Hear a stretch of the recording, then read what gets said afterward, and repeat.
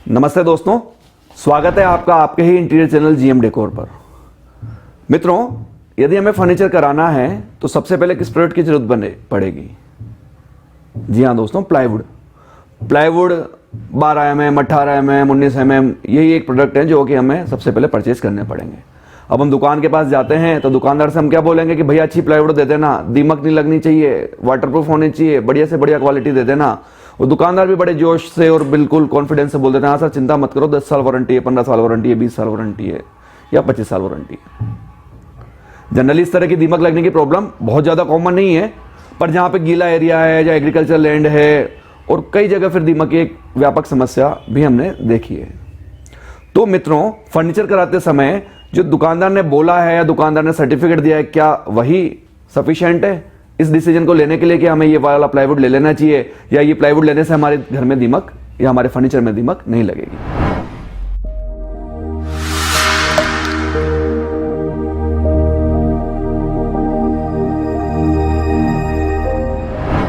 पुनः आपका स्वागत है।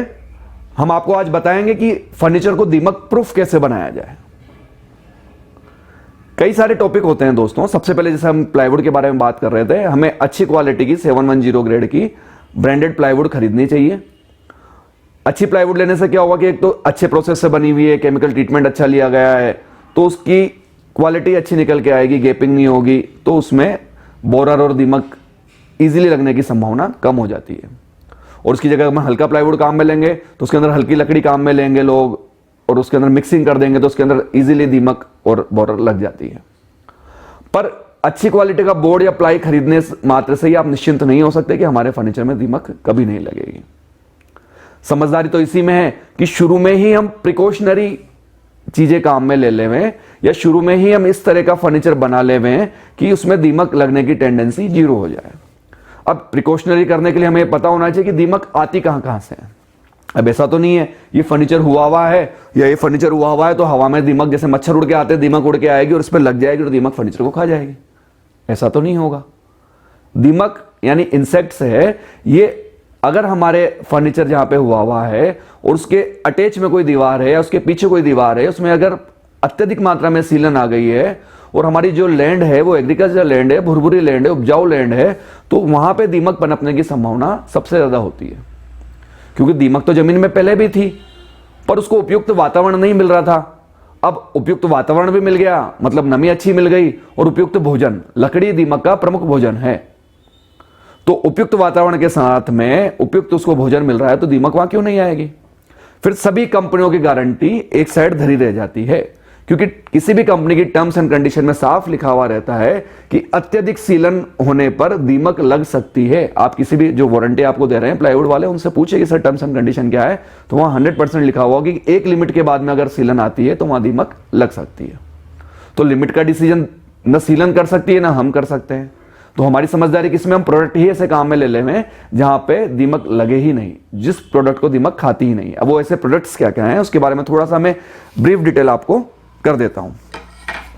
सबसे पहले तो आजकल मार्केट में WPC शीट या हम बोलते हैं PVC बोर्ड प्लाई,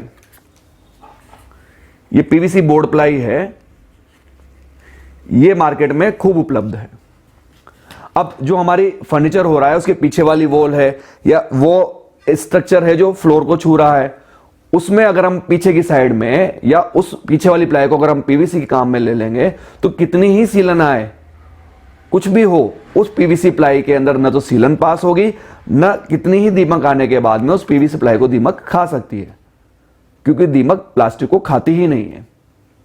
तो एक बहुत अच्छा, बहुत आसान तरीका है कि जहां पे भी आपको लग रहा है, जैसे मान लो ऐसी वॉल है जहां पे अगला प्लॉट खाली है या दूसरे का मकान बनने वाला है, तो दोनों दीवारों के बीच में सीलन आने की संभावना ज्यादा रहती है। ऐसी कोई लाइन दीवार है जहां पे कि पाइपलाइन उतर रही है, तो किसी कारण से पाइपलाइन क्रैक मार जाए तो वहां सीलन आने की संभावना ज्यादा रहती है। कोई एक्सटर्नल वॉल है जहां पे पानी की, बारिश की छींटे ज्यादा पड़ते हैं तो वहां पे दीमक आने की संभावना ज्यादा रहती है। तो ऐसी वॉल पे फर्नीचर, आप बाकी फर्नीचर जो फाटक वगैरह हैं सब लकड़ी के बनाएं, कोई दिक्कत नहीं है, बट जहां पे अपन को लग रहा है कि सीलन भविष्य में आ सकती है, वो स्ट्रक्चर हम PVC का अगर बना लेंगे तो अपनी स्ट्रेंथ में भी कोई दिक्कत नहीं आएगी, स्क्रू होल्डिंग में भी दिक्कत नहीं आएगी, क्योंकि जहां पे स्क्रू लगने थे वो हिस्सा तो हमने लकड़ी का ही बनाया, खाली बैक हिस्सा और बॉटम हिस्सा हमने PVC प्लाई का बना लिया। और दीमक कितनी ही सीलन आ जाने पे भी और कितनी दीमक लग जाने पे भी प्लास्टिक को दीमक नहीं खाएगी। एक तो हम ये चीज़ काम में ले सकते हैं। इसके अलावा नॉर्मली भी हम फर्नीचर कर रहे हैं जहाँ पे सीलन आने की संभावना भी नहीं है, फिर भी एक ये वुड प्रोटेक्टर शीट करके एक शीट आती है, लगभग 1.5 से 2 mm मोटी आती है और इस पूरी प्लास्टिक की बनी हुई है और इसके अंदर बीच बीच में एयर पॉकेट्स दिए हुए हैं।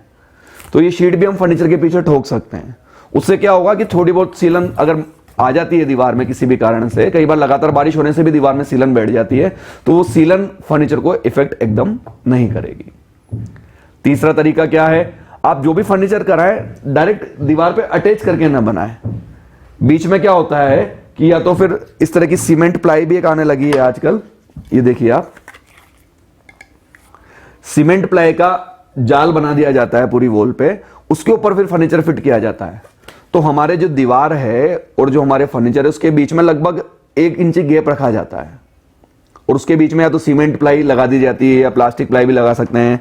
इस तरह की चीजें हम काम में ले सकते हैं। तो फर्नीचर डायरेक्ट दीवार से अड़ा हुआ नहीं है, तो अगर दीवार पे सीलन भी आती है तो फर्नीचर को तुरंत इफेक्ट नहीं कर पाएगी और धीरे धीरे वो सीलन इवेपोरेट हो जाएगी, वाष्पीकरण होकर वो सीलन खत्म हो जाती है। एक और प्रोडक्ट क्या मार्केट में आ रहा है, कई कंपनियों का, जैसे हमारे हाथ में ग्रीन पैनल का सैंपल है, सेंचुरी का, एक्शन का, ये HWDWR या फिर कहें HDHMR या इस तरह की बहुत सारी शीटें मार्केट में उपलब्ध है। ये जो पहले MDF नाम से जनरली जाना जाता है, MDF का ही अपर वर्जन है, HDHMR इसको जनरली बोला जाता है।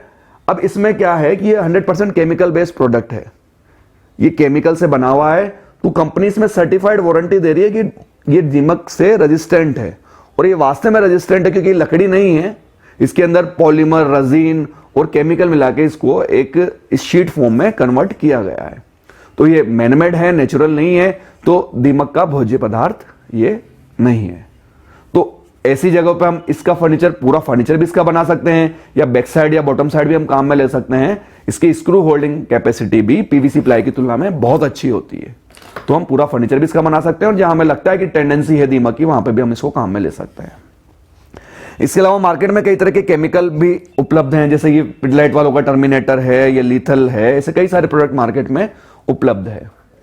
एक बार आपका मटेरियल बढ़ लिया, आपने कितना ही अच्छा ये ले लिया है, प्लाईवुड आने के बाद में पूरे प्लाईवुड पे इनर माइका या कोई सी भी माइका लगने से पहले इस तरह का केमिकल हमें आजकल स्प्रे फॉर्म में आता है, तो लगाना भी आसान है, पूरा स्प्रे कर देना चाहिए, आगे पीछे स्प्रे करके उसको 24 घंटे छोड़ देना चाहिए।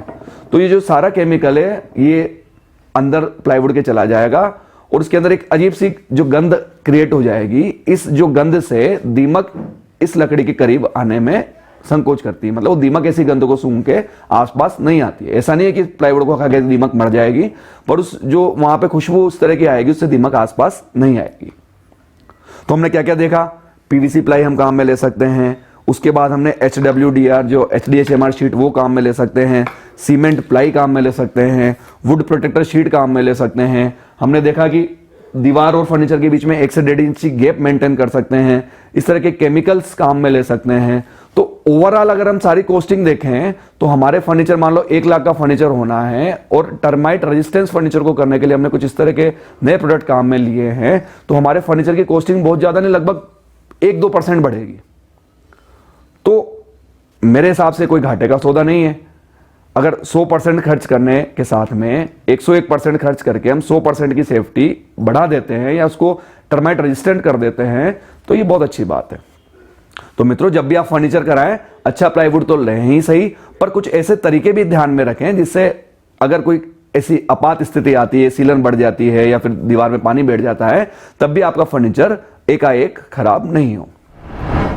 धन्यवाद मित्रों, आपने हमारा वीडियो पूरी तरह देखा और इसी तरह के अच्छे से अच्छे वीडियो देखने के लिए आप प्लीज हमारा चैनल सब्सक्राइब करिए और आपके प्यारे प्यारे कमेंट्स भेजते रहिए। नमस्ते, वंदे मातरम, जय हिंद।